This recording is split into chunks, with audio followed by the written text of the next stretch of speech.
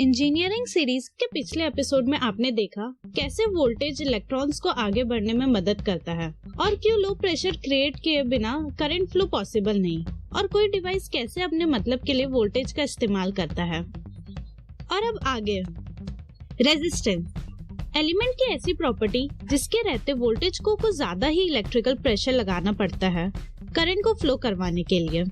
अब करंट मतलब इलेक्ट्रॉन्स या चार्ज कहूँ तो इन शॉर्ट रेजिस्टेंस करंट के फ्लो को कम कर देता है।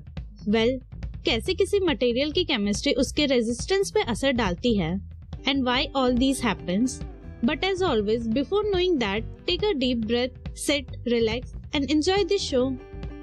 रेजिस्टेंस को पूरी तरह समझना है तो ड्रिफ्ट वेलोसिटी समझना होगा।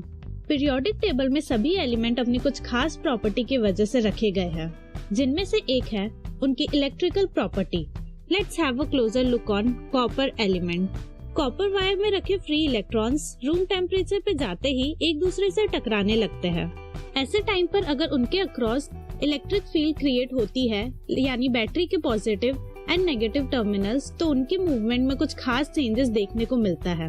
एज अ रिजल्ट ये फ्री इलेक्ट्रॉन्स आगे बढ़ते हुए एक दूसरे से टकराते रहते हैं, जिसकी वजह से उनकी स्पीड स्लो हो जाती है, जिसे आप ड्रिफ्ट वेलोसिटी के नेम से भी जानते हो।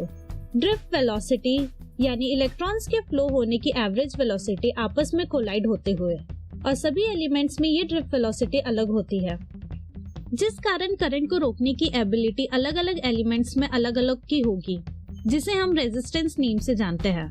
और इस रेजिस्टेंस का एलिमेंट के शेप, साइज या वेट से कोई लेना देना नहीं। इसका डायरेक्ट मतलब है किसी एलिमेंट के अक्रॉस कितना वोल्टेज दिया जा रहा है, जिसके रिजल्ट में कितना करंट उस वायर में फ्लो होगा। और इसे सन 1826 में जॉर्ज सेमन ओम्स से अपने एक्सपेरिमेंट में देखा था, जिस कारण इसे हम ओम्स लॉ के नेम से भी जानते हैं। और ओम्स लॉ की स्टोरी नेक्स्ट एपिसोड में। तब तक के लिए सायोनारा।